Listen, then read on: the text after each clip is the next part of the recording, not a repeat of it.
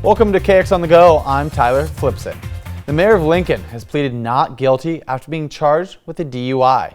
Court records show Mayor Kelly Berglund was arrested in Lincoln around 9 in the evening on Saturday. An officer cited her for driving under the influence, a Class B misdemeanor, with a reported breath test of over .087, just over the legal limit of .08. Her initial court appearance is set for May 11th. Berglund was first elected mayor in April of 2023.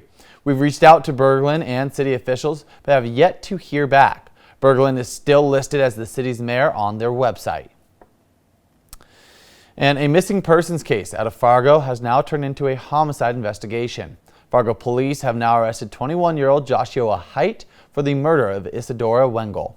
Fargo and West Fargo police have been searching for the 25-year-old girl since she was reported missing by her father on January 7th after last being seen on New Year's Eve. This week, officers arrested Height, who is said to be her boyfriend. During a press conference, investigators say evidence led them to believe Wengel was heinously murdered her body and then dismembered her and disposed of it. Height is now charged with murder and tampering with evidence. Police say Height ordered 2 large black storage totes to his apartment. One has been recovered, and they believe the missing tote could be tied to her remains. Based on the fact that we know the disposal of her body occurred in extremely cold weather with significant snow on the ground, we now find ourselves in the midst of a midwinter thaw, which may reveal her whereabouts. However, in order to bring closure and justice to the family, we need to recover Isadora's body. And we're going to ask again for the public's assistance in doing so. Search teams and volunteers have been checking rural areas and potential dump sites, but Wengel's body has not yet been found. Height's first court appearance is scheduled for 9 o'clock Friday morning in Fargo. This week, President Trump signed an executive order that he says will support the coal industry in America, including North Dakota.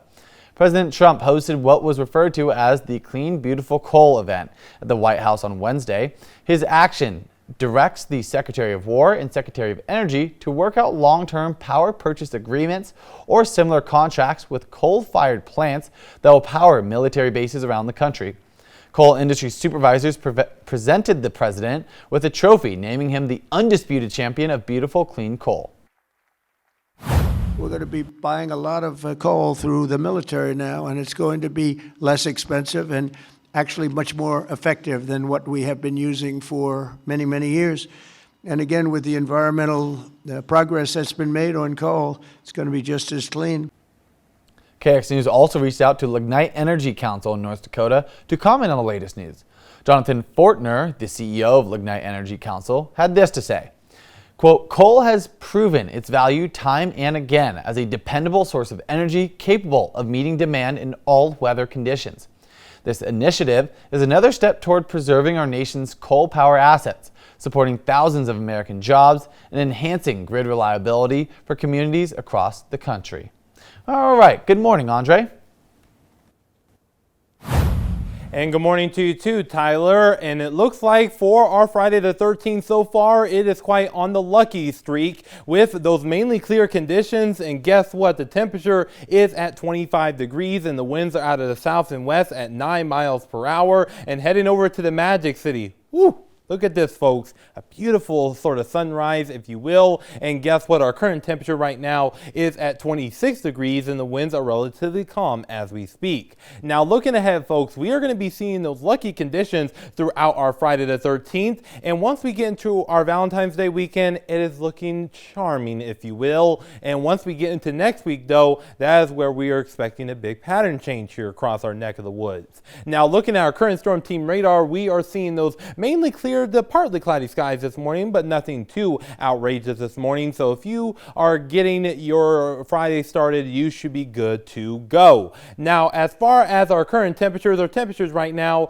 are mainly in the 20s, in the 30s, exception there in Dunseith at 18 degrees. But here is the thing. We are seeing such a mild morning this morning because of that southwesterly flow, about 5 to 10 miles per hour. And what's driving that is this area of high pressure that's continuing to persist its way towards our south and east, and that's going to continue to draw up that warm air from the south, and that is going to be providing us with those above average temperatures throughout the day today and into our Valentine's Day weekend.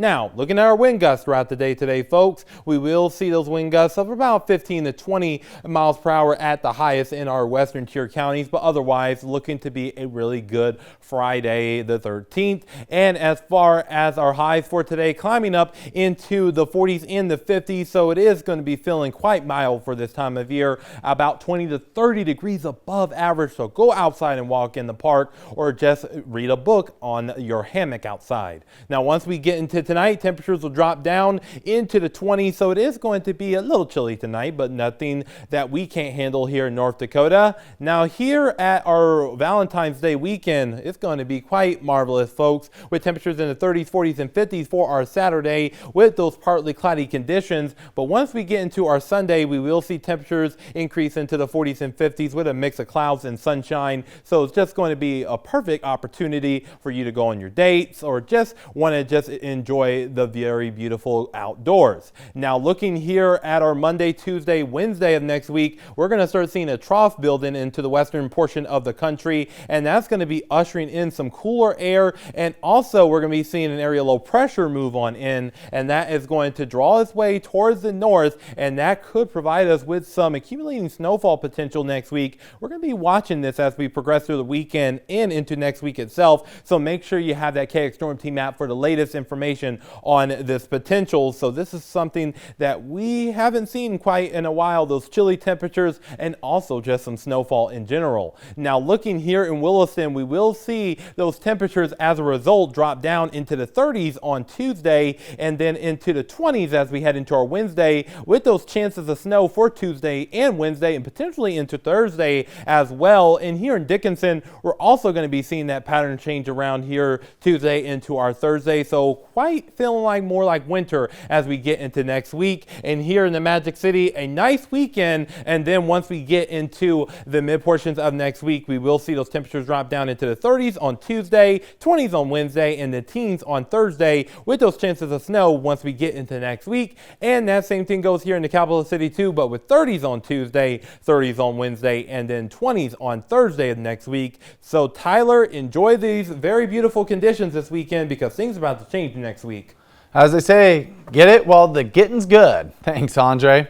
And hey, thank you for watching KX on the Go. I'm Tyler Flipson. Let's have a day, folks.